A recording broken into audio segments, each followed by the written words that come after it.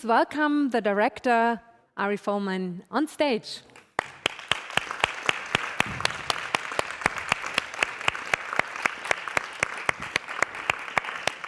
Welcome in Berlin. Yeah, it's a long introduction. I was waiting since 8 o'clock in the morning. Ah, really? Backstage. Yeah, it's a really long trailer. Yeah. It's a really big film with a lot of fantasy in it, and a lot of characters, and a lot of ideas, and a lot of questions also. And I have some questions for you.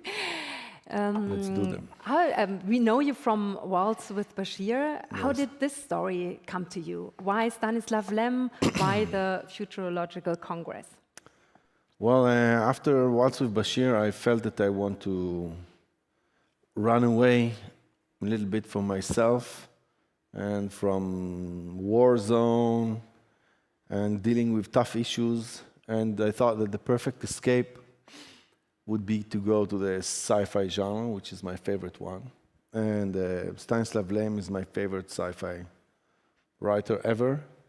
I read this novel first time when I was 16 in high school, and I don't think I got all of it. I just got back then the cool factor of the drugs and hallucinations, and it was fantastic. And then I read it again in film school.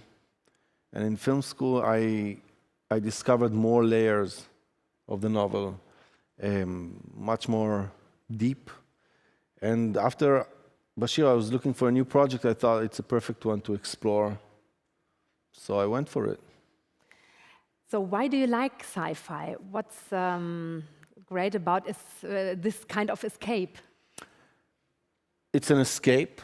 It's a good way of traveling in time and forgetting your everyday life. It promises you, I think, a lot of stuff that religious sometimes is trying to promise you without the religious bullshit in it, you know?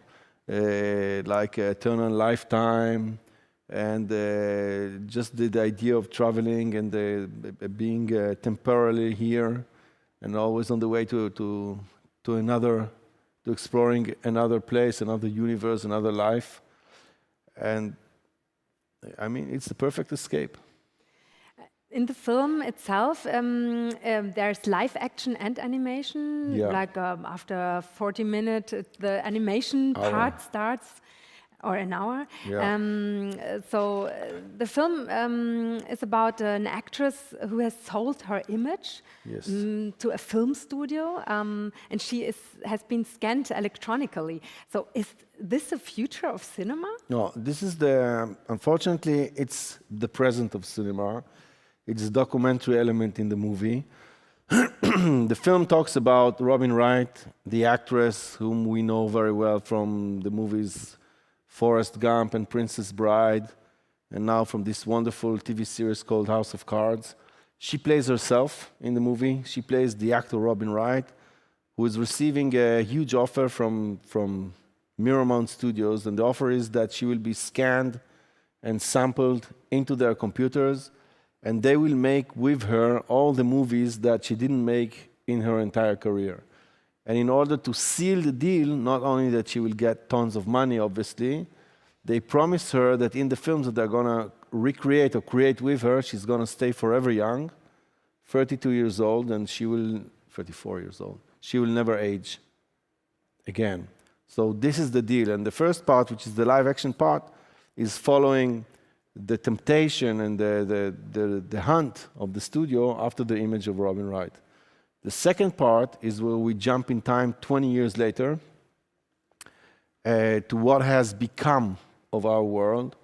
And Robin is traveling to Abrahama City, which is my future idea of how Disneyland is going to look in 20 years. And basically, it's a place that when you enter, you break an ampoule, you sniff it, you become a cartoon, animated character, and everything around you in town is animated as well. And the hallucination is replacing reality. Yes. And the hallucination and the chemical future of cinema is you and your free choice to create in your mind all the movies you always wanted to create and to be everything you always, or everyone, or each one, or each character you always wanted to be. And it deals, I mean, it takes elements like any sci-fi issue, it takes elements from our everyday life and it stimulates them in a fantastic way in order to deal with them in the setup of the future. And there are a lot of characters mingling. There's Michael Jackson, there's Yoko Ono, Osama bin Laden, I saw, Yes. Picasso, Frida Kahlo. Yes. So, but that's scary, isn't it? It depends how you look at it and what's your situation in your mind if you consume it and when you consume it. In general, of course, it has a fun factor and a trippy factor of watching this kind of film, but it also has something to say in the world where we're living in because, and this is part of the novel as well, it says that, okay, this is our life now, I give you an ampoule, you can break it, you can sniff it, and you become whoever you want to become. Okay? And most people, they want to become only this famous guy or girl that they know from stage, from TV, from reality TV. They don't want to be the neighbor next door who has a bakery and he loves his wife and he has kids and he's going to church every Sunday. They want to be someone famous. And this is like the biggest dream. And this is why we have so many replicants who are exactly the same, because people would choose to be the same as everybody else. Is there also an Ari Folman in the scene? And I probably didn't see it? No, why should there be? I mean, who wants to be me? I don't know. Nah, I don't think so. And is there a character you would like to be in an animated world? Yeah, there are a few. For There are a example? few. One is a very prestigious sailor. I was reading about a lot because I'm a sailor, I sail. And I would like to meet in the animated world Frank Zappa and have a vegetarian dinner with him and discuss the cruelty of big, gigantic entertainment business, like from his time, the record manufacturers and yeah, Frank Zappa is a good deal. So your film is also, you criticize the film studios, the film industry, the entertainment industry. Why is it, I can't really say. Is it true that the state of, or the condition of the film industry is like you show in the film? I don't try to judge. I don't think it's my my objective mission here is judging the current state of cinema. This is too big for me. But I just want to, put reality on a table a little bit. And I think today, films in general have changed dramatically because of technological changes, because of CGI, because of motion capture that you could see in Avatar, because of the fact that you can use scanned actors. And due to that, the role of the director has changed dramatically as well. Because if once the role of the director in traditional way was going on set for a limited part of time, 20 days, 30 days, 6 months if you're lucky in America, and create this magic between the director and the actors and the cinematographer and the gaffers and the designers, and what you did on the set is what you have. Today, the set is just a platform. It's a prologue for what we'll do afterwards in the post-production houses where you really create the film. And this is different. It's a different profession now. Maybe one day people will watch our discussion and they will look at us as really old-timers complaining about the changes, like people in 1927 complained about the first sound speaking movie, and it will be the same. I don't know, I don't try to judge, but from what I see in cinema today, either you have huge Transformers, X-Men, prequels, sequels, I don't know what kind, in multiplexes, and the small art house movies, I think in 10 years' time they might move to museums. Probably. Yeah. For example, Agent Al tells Robin Wright in the film, what difference does it make? You're already a puppet from the film Yeah. industry, so you have to do what they want you to do, and so earn money from selling your image. All that you have to do is you have to sign that you never go on stage again, that you never play in a film again, because you're only the image, the electronical scanned image of your yourself. I think that in 15 years' time, for kids of today who are born in an iPad, we're not going to promote Apple, although we're here in the store, but they're born with an iPad. The digital. Yeah, and the Sony PlayStation on the other hand, and everything is digital for them. I don't think they will give a damn in 15 years if the character in the movie is a real character, a real person behind it, or if it's a scanned or an avatar character. Why should they really care? I don't think it's important to them anymore. And it's fine, you know, this is life. This is life. But Robin Wright says at first she doesn't want to sign the contract, and she says, the gift of choice is so important. Why do you think it's so important? The gift of choice? Listen, for me, liberty and being independent is the most important thing in being a filmmaker. And it's the gift of choice. It's not to work for anybody, but just be loyal to yourself and create whatever you wanna do. And I think in being a filmmaker is being a little bit more lucky than being an actor or an actress, because they're waiting. They're waiting. They're always in a hunt, and they're always in waiting position for a good script, for a good job, you know, for a good movie. And then when this good movie comes, they're part of who knows how many candidates to take it. This is why so many of them, they start, even in older age, to write and produce and direct in order to create for themselves more opportunities to perform. Because think sometimes how tough it is and frustrating when you're a good actor or an actress, but you're not dependent on yourself. You're dependent on someone else's choice. This is tough. And then you're dependent on what he's going to do with the material that you give him on set, where you really try hard. And now when I speak about it, it's even more tougher than I thought it was before I entered this room. So talking about the actress, Robin Wright, she's like the typical American girl, as you said. She's Jenny in Forrest Gump or the Princess Bride. She just shot a film here in Germany, The Most Wanted Man, with Anton Corbijn. But she's also playing herself in a way. Depends who you're asking.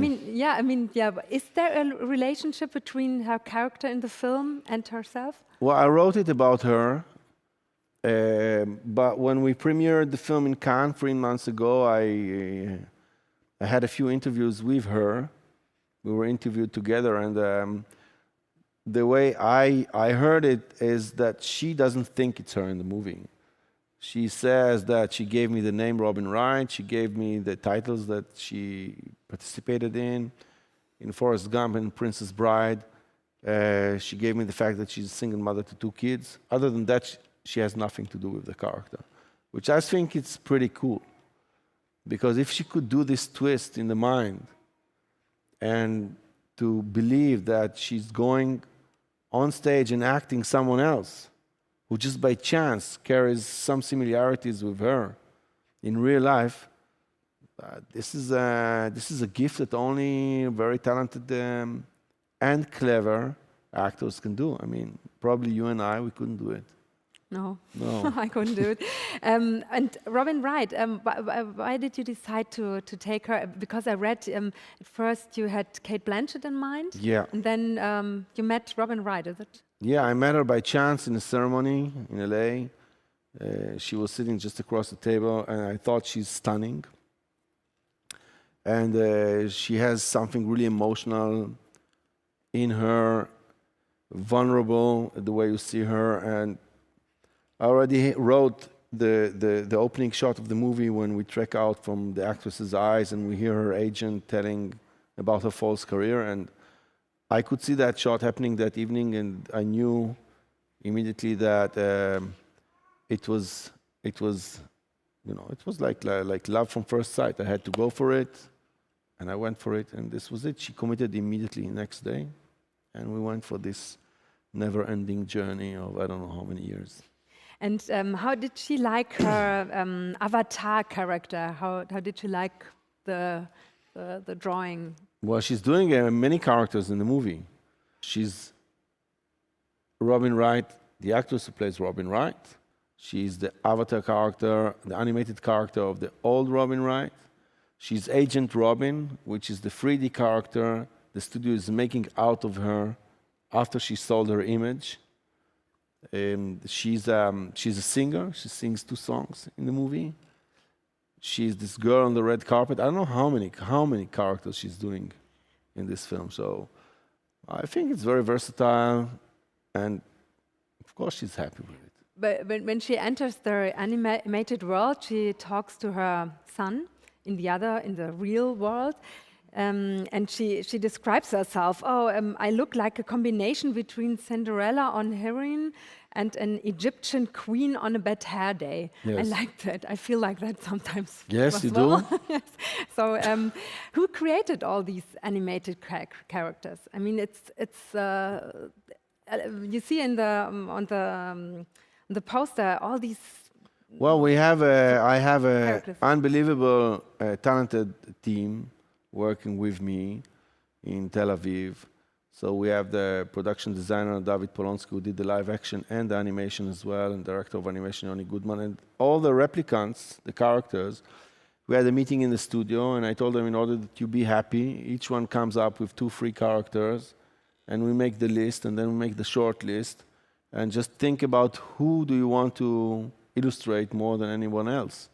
So it was like a community decision, very democratic, and they brought the characters in and we dropped them in the movie.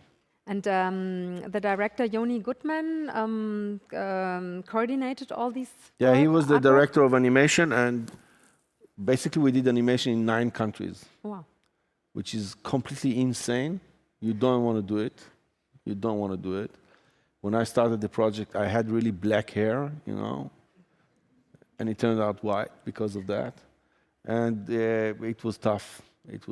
It was too much. But according to European financing system, you have no real choice because you raise money in different countries and different regions, and you have to spend the money where you raise it.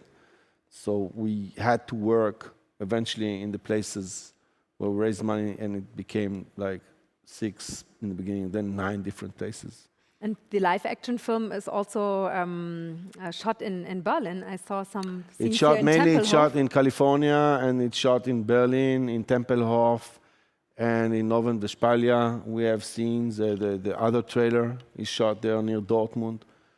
Yeah. So what did you like about the old airport Tempelhof here? Well, I think it's one of the most extraordinary building I've ever seen, architecture-wise. It's fantastic inside. We had more scenes inside that somehow didn't make their way into the movie as well. But it's a blowing mind architecture. It's fantastic. Mm-hmm. You mentioned the scene on where she plays the character, the rebel Robin. Yeah, the agent. Yeah, agent Robin, and she's on this bomb, and this is a tribute to Dr. Strangelove. Yes, obviously. And so you like Stanley Kubrick, I guess? Well, of course, I love Kubrick, and we have. The music from Barry Lyndon used. It's not his music, but it's used in the entrance to Abraham City, and we have the tribute. As much as I could do to imitate the original scene of Doctor Strangelove, the bomb scene, one of the most famous scenes I think in the history of films, and in the ending, which we're not gonna give the spoiler here. But it takes a lot from the Odyssey 2001 of his, so it's For me, in my mind at least, it's influenced a lot by Kubrick, who I think, for me, maybe was the greatest a filmmaker ever, because I think in each and every genre, he made one of the top 1 or 2 films. In comedy, in horror, in sci-fi, in historic drama, war movies. He explored and he tried so many ways, and each and every one of them is different and is a great movie. So he's one of a kind. He's a master. Your films are also very different. You did a lot of documentaries, and Waltz with Bashir, of course, the highly awarded film. Compare when you compare your work. How important is the Congress for you? I think that every film that you do, your close circles in your life that are not close. Even if you're aware of what you're doing or non-aware sometimes, but one day you will wake up in the morning and you will understand why you did this film and why you did this film a different way. I feel very connected to this film because I think it represents me as a person, as a human being, better than other films. It's more complex, it's really wild and vivid, and I love the film. It's really wild, it's really like a trip. Yeah, it is a trip. And it's good to mention it that after all the serious stuff that we've been talking now, first of all, it's a trip that when you go to the theater and watch it, and don't watch it downloaded, just go to the theater and watch it, you enter this journey with Robin Wright. She's a gorgeous, beautiful, brave, clever actress in one universe, and you end up after 2 hours riding this roller coaster in a completely different universe, and you cannot complain that the value of the ticket was, you didn't gain it back when in the cinema. So yeah, because it's a trip and you don't have to take drugs. I mean, that's really great. I mean, you can do it with drugs as well. I think it's too. That is really too much. It's up to you, but from what I read in the critics, some of them could do it without drugs as well. Yes. So, yeah. I would like to talk about another character in the animated world. He's called Reef Bobs. Yes. Reef Bobs. Reef Bobs. Yeah. Who could that be? Yeah. Who? Who could that be? I mean, he's. I have to explain. It's you can see him in the trailer also. He's like a prophet, and he's preaching the future of technology in a way. Yeah. And in German, by the way, in the German dubbing, he's it's like tough. Yeah. He's like. He's real tough. We don't say names, but he's real tough. Okay. Of course, it was influenced a lot by Steve Jobs, who was the prophet of technology until he died. I was always amazed by friends of mine who, because of time difference, used to wake at 4 a.m. in the morning to see Steve Jobs standing on stage and presenting the new iPad or iPhone. It amazed me. And the connection, we didn't have like really broad line, and it was tough to watch, but they were there. And considering the fact that us freaks, we used to take a mortgage in the bank in the late 80s and beginning of the 90s to buy an Apple computer, it's pretty amazing what happened during all these years, for the good and for the worse, by the way, if we can criticize in-house. And I think in the end, he got to the stage of a guru, of a religious guru, because I met so many people that Apple became religious for them. Maybe a replacement for Catholic religious is a matter of perception and perspective in life, but it's true, it was like religious. So I thought that it was the time to make a little bit fun of it as well, and we did in that really huge Laudi scene. So, what do you think? What would have Steve Jobs think of your film and of this I don't think he would have had time to watch it, honestly. Probably. He didn't have time to stuff like that. Probably. He was too busy. I mean, is this? There's a key scene in the film. You see in the trailer also. The Robin Wright, the real actor, is being scanned in this enormous 360-degree bubble thing. So, is this real? Is it? Yeah, this is a real scanning facility placed in USC, University of Southern California, in Los Angeles. It's you can see it in TED or in YouTube. It's called Light Stage 5. This is where they scan actors today, and I am in the preliminary plan of the movie. It was supposed to be done, ironically, in a CT room or X-ray room, but when I came to LA and I saw this huge ball with hundreds of lights and cameras, I thought it's a perfect place to write a new scene, and I wrote a new scene about the scanning. And it is amazing. It's an amazing place from all aspects. And inside of this bubble, she loses somehow, or she realizes what really happens with her? Are you talking about real life or about the movie? Or No, the movie. Because in real life, which I think is more interesting than in the movie, when she walked out of that day, she told me that she felt that her soul was sucked away and dried out of her by the machine, although she was just playing and acting. Oh, okay. So you really have to see this film, but Yes. first take the chance and ask questions, meeting the filmmaker Ari Folman. So there's this part where it changes from the real life, like from in the film, to animation. How does it change between those scenes? Well, the film, the first part is taking place in present, and it's about Robin getting the offer to be scanned and sampled, as I said before. And then we jump 20 years later, and the Robin is arriving to Abrahama City to sign an extension of the contract. Now, Abrahama City is the future Disneyland. Is Euro Disney as you have it, but 20 years from now. And what I invented there is this place that you come in, you break an apple, you sniff it, you become a cartoon, and everybody around you becomes a cartoon as well. And the cartoon style is really old style from the 1930s. It's pure fun.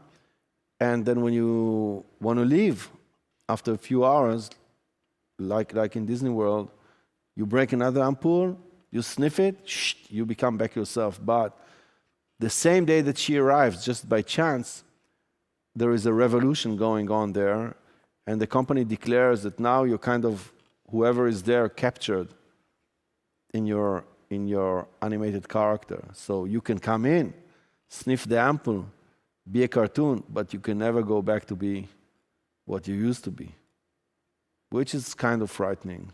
For some people, maybe. There's another I question. have a quick question from an Ari to another Ari. It's probably something that you might not want to talk about because I got the feeling that you were affected by it, but your first film, Waltz with Bashir, it still resonates with me even many years after, and the soundtrack, which I think is one of the great soundtracks in film history, in my opinion. And just to ask you again, like, I mean, how does it fit still into your world? I mean, I got the feeling that you ran away from it. Could you elaborate a bit more on that experience and how it affected you, and because it was so personal and Well, I think that making Waltz with Bashir was pure fun. Of course, I mean, the research part and meeting again the people, it might have been tough, but the movie itself, the making of it, it was really an era of innocence for everybody who was involved, because we had no clue, no fantasy even how far this film is going to go. We were just 6 or 9 people at the most in the backyard of a house in Tel Aviv creating the film, and then it exploded and it went everywhere, which was a surprise. I think traveling with it was the toughest part. I was very lonely for a year, traveling with the film and all those there. I was so happy that the film was sold all over the world that I promised each and every distributor that I will come personally and promote the movie. And then I stupidly signed it. So I really literally had to travel with the film for 1 year and answer the same 8 questions for a year. That was very tough. And this is why when I came back completely exhausted, I knew that I needed something else to run away towards. And this is why we're here tonight. Today, I don't know what time it is. We escaped in Yeah, the yeah, animated yeah. world. Are there more questions here? Please wait for the microphone. Hello. I heard that the movie is based on a book. I don't remember the name of the book. but Futurological Congress. Of Stanislav Lem. yeah, but it's quite like broadly based. That you made a lot of changes. I don't know. I never read the book, so I'm interested to hear about the decision to make those changes. And I heard also that it was pretty hard to get the rights to work with the book from whoever. Had Well, the rights. I think when you adapt a book into a film, you have to take the liberty to do whatever you want to do. Especially if it's a book that you really love and you cherish the writer, like I adore Stanislav Lem. If you really think that you can do the film by copying the book, you're finished. It will never work because it's different formats and they don't convert. You need to take your own way. And when I started the process, by chance, there was a fantasy festival in Tel Aviv, and there was a lecture by a Polish journalist, because the book is Polish. And the title was, "Why did Stanislav Lem hate all the film adaptations that were made out of his books?" And I attended that lecture, and I felt so good, because I thought, yeah, if they're going to hate this one as well, I'm in a good company, because there was one adaptation of Solaris by Tarkovsky, who was a great master of cinema, and one by Steven Soderbergh, who was a great master of cinema. And I said, okay, so they don't like mine as well, everything's going to be cool. And this is where I got the freedom to do whatever I want to do, because I thought that even if I try to please them, they will never be pleased, like the other guys. So the first part has nothing to do with the book, but it's inspired by the book. And the second part, which is the animated part, has a lot from the book. But I think the spirit of the novel is there in each and every scene. And surprisingly, a screening was held to the Stanislav Lem family, because he died, unfortunately, a few years ago, 10 days ago in Warsaw. And they loved the film. And they thought it was the most accurate adaptation ever made, although Ion Tichy, the journalist from the book, is now Robin Wright, this gorgeous blonde actress from California. This is what became of the Polish journalist, you know. So, and they still love it because they think that the elements are there, and this novel is a novel with huge spirit. And I did pay a lot of tribute to the spirit, not exactly to the storyline. And we have a lot of scenes in the movie, in the animated part, that are copied one by one from the book as well. Can I ask him, what is the spirit of Stanislav Lem's novel, the Congress? I think it has a lot of layers, as I discussed in the beginning. It has a fun factor, a big one, that doesn't treat himself too seriously on one hand. On the other hand, it says a lot of very, very severe and serious things about life. And it's all there. As I said many times today, it's about identity, it's about what does it mean, free choice, everything is there. Now, Lem wrote basically an allegory about the communist era, which he lived in the late 60s, and in order to fog it a little bit, because he lived in Poland. He wrote it about Costa Ricana, which is an imaginary imaginary country in Southern America. But I didn't grow up in the communist era. So I needed to invent something that comes from me, that I can deal with. So I think the spirit is there. You read the book, you go to the cinema, you don't have to consume drugs for that, and you will see. And is there a reason why you call it the Futurist Congress in the animation part? And not the futurological? Can you say 3 times in a row the futurological Congress? I don't This is try the it again. reason. Thank you. This is the reason. Okay. Is there another question? Do you have special challenges in making this? So this is kind of like 2 types of movie into one, like the real actors part, the real actor part, and the animation type, the animation movie. So is there a special challenge on how you could make those 2 work together well? Yes. Well, it's the biggest challenge. It's the biggest challenge in the movie by far was to combine between the live action and animation and make the audience believe and follow the fact that they see for nearly 1 hour a live action film as they're used to, and suddenly the leading actress, she breaks an apple, she sniffs it, she becomes a cartoon, and you still have to believe that it's the same person. This is a huge challenge. Only this alone is a challenge of a lifetime, you know? So what I did in order to ease the pressure here, I shot the whole animated part with the actors. And they perform for the animators. They are really there. I thought that it's crucial that if you already get to know the actress in the first part and the other actors, when you see them animated, they will have the same style of walking, for example, the same facial expressions, all this stuff. And in order to imitate it correctly, I shot the animated part, I cut it, and it's a video movie that you can see. And based on that, we did the video board and the design and everything. And I must tell you that the actors who are big American actors, Robin and Harvey Keitel and John Hamm, I think they've seen everything, but I don't think they ever acted and played for animators. And they really loved it so much. They put a lot of effort in it, and I think it shows. Because each animator who was working on the animation, he had the reference on a monitor, on a screen of the actor's work. So the animator saw the video and then drew it. Yeah.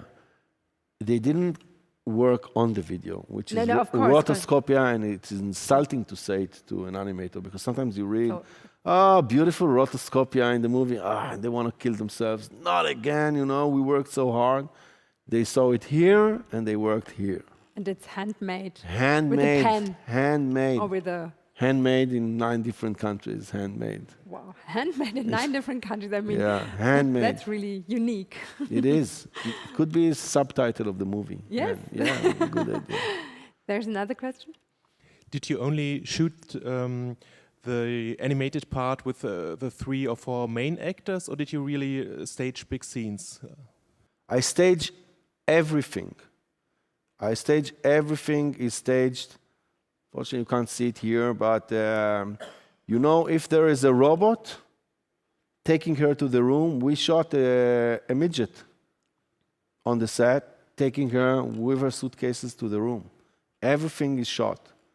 I try to dramatize everything that you see. If they're on the deck of the ship and rebels are coming, we had, I don't know how many extras, 30 or 40 extras running in the studio to imitate like the rebels running in and out.